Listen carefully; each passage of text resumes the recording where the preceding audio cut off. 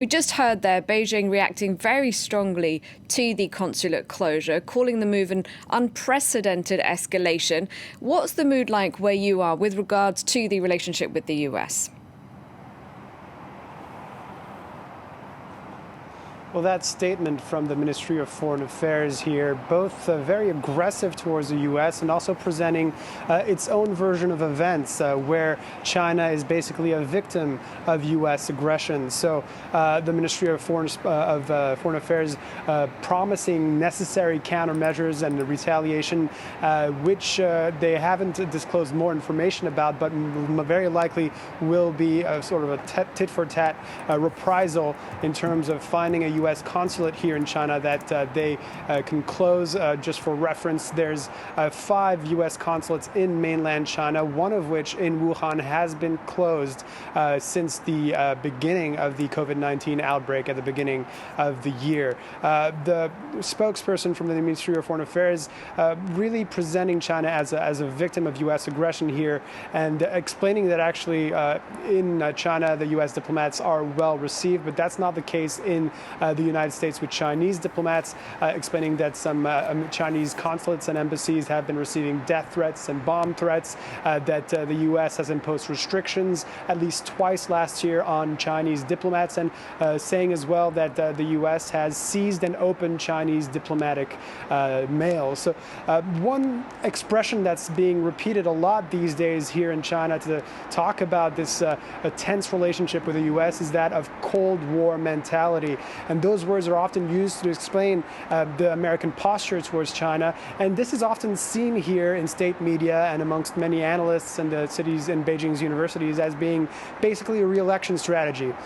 Basically, Donald Trump trying to mobilize the American electorate against China so that he can soar in the polls ahead of the election at the end of the year.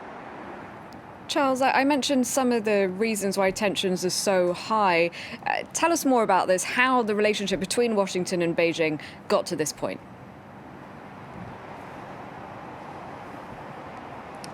Well, a tough stance on China seems to have been a hallmark of the Trump administration. Even when he was campaigning to become president, Donald Trump blamed China for the loss of American jobs, for the loss of American industry. And when he came into office, it started manifesting itself with a sort of a confrontational approach to China when it came to trade, saying that Washington has been unfairly treated by Beijing and that American businesses in China are unfairly treated as well. And then it bled into other sectors like technology with the sanctions, the increasing amount of sanctions that have been imposed on Huawei, which the American side considers to be a security risk. But the real turning point seems to have been the COVID-19 pandemic, with the United States basically blaming China for that and calling it the China virus, the Wuhan flu, and basically leading the charge for an open, independent investigation on the origins of the virus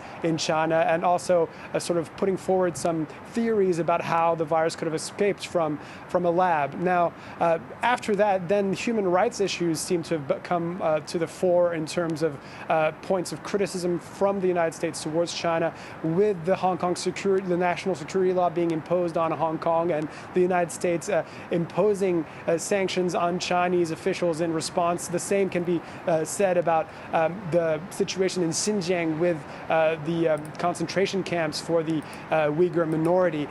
All that to say that basically at this point in time, everyone seems to agree that the Chinese-U.S. relationship is at its worst point in time since 1979, and that's when Washington actually recognized the People's Republic of China. Thank you very much, Charles.